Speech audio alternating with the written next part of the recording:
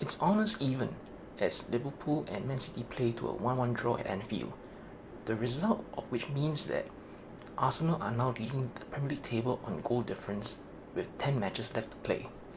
This match had everything: tactical battles, end-to-end attacking, big calls, major decisions, shots hitting the post. My heart is still pounding after watching that match. It was that exciting, and also quite nervous at the same time because the stakes were high, and at any moment, even one mistake could make the difference. Liverpool started this match with a fairly strong lineup, and they had Robertson and Salah on the bench available to come on, which they did in the second half. Now, the first half of the match, both teams were more methodical. They were measured in their approach. They took their time, passing from side to side, probing, looking for any kind of openings. And both teams had chances. Both teams created chances in this way, finding overloads, looking for the free fullback, making the forward run, creating chances. And as it were, Man City scored in the first half through a well-worked corner. It was very intelligent play. It was one of those training ground routine types of corners. One player drawing his marker away, creating that open space in the near post, and the corner fizzed in. Stones at the near post got the goal. Then in the second half, it was more frenetic, not so methodical anymore. It was high energy, lots of pressing. Liverpool were far more dominant in the second half. The way they pressed and harried Man City's players, never letting them be comfortable on the ball, forcing turnovers high up. It's very rare to see any team outshoot Man City, but that's what Liverpool did in their second half. It's very rare to see any team lay siege to Man City's box and the team unable to get out their own half. But that's what Liverpool did in the second half. And as it were, a back pass played by one of Man City's defenders. Nunes closed the ball down and he got to the ball before the goalkeeper did. The goalkeeper clattered into Nunes, penalty given, and that was 1-1. Shortly after that goal, Man City had to sub off their goalkeeper, and Salah had also just come on. And one of the first few things that Salah did after he came on, he played that wonderful defense-splitting through ball all the way for Diaz. Diaz had that one-on-one, but he just couldn't score.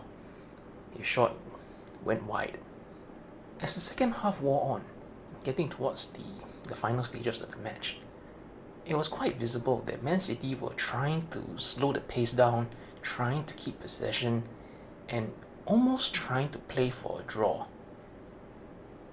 But Liverpool, again, they showed that energy, just pressing non-stop, trying to force mistakes, trying to force turnovers, never letting Man City be comfortable on the ball. And ultimately, the match ended with Liverpool on the attack, but still unable to find any winning goal. When I look back on this, the two goals, and in fact both halves, are sort of like microcosms of the two teams and the managers and the way they play football. The first half, methodical, both teams taking their time to pick their passes, trying to create overloads, trying to create openings. The goal came from a clever set piece, a training ground routine. In the second half, frenetic energy, endless running, and the goal in the second half, the penalty came about because of Liverpool's willingness to run and close down the ball, chase the ball, try and force turnovers and make things happen. Nunes closed down the back pass, he got hit by the goalkeeper, penalty. So I think this match overall, the two halves, the two goals, it showed what the two managers were about. And even the scoreline in the end, 1-1, the two teams could not be separated. And that is, in a way, how it's been for the past 5, 6, 7 years when both Klopp and Guardiola have been around in the Premier League. Despite the trophy tallies of the two clubs and the two managers in this time period, both teams have gone head to head for the major trophies, title races, and the margins between both clubs when it came to those very tight title races, 1 point on both occasions.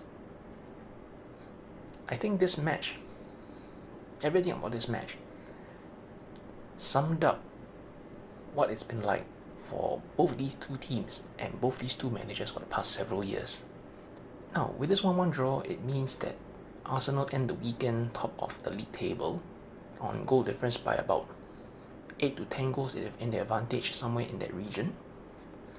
Okay, and so what this means now is the title race, technically speaking, is in Arsenal's hands and also in Liverpool's hands, but more Arsenal than Liverpool's because of their goal difference.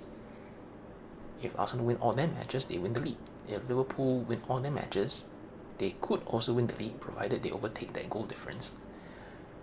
But now, crucially, Arsenal still have to visit Man City later on in the season, and that match too could prove pivotal in this title race and potentially which way it swings permanently for the rest of the season. As it is, Liverpool right now, they have to focus on themselves and the rest of the matches, keep winning and keep putting pressure on the other two. Right now in this situation, Man City, technically speaking, they do need both Liverpool and Arsenal to drop points. Again, with regards to Arsenal, Man City sort of can control Arsenal's point tally in the sense that because they have to host Arsenal, so they win that match, that means Arsenal drops points. But then right now, as it is, they are powerless as to what Liverpool do from here on out in the season. This title race as a whole, it has been this kind of back and forth. It's so tight between amongst all three teams. The feeling about this points gap has always been like 1 point, 2 points at most. There's always the feeling that the team at the top going into one weekend might not be at the top at the end of that weekend. As it is, it's Arsenal on top of the league table at the end of this weekend on goal difference, and again for Liverpool, just keep moving on, just keep going forward, do the best they can, and eventually when Man City do play against Arsenal, I think the best result for Liverpool in that case will be those two teams draw. If they both drop points, it gives Liverpool an advantage. Again, same with this match. Both teams drawing today was to Arsenal's advantage. It's a very tight, very, very tight title race this season, and my gut feeling is that it could well remain this tight all the way right to the very end. And just fingers crossed that Liverpool are the ones that come out on top.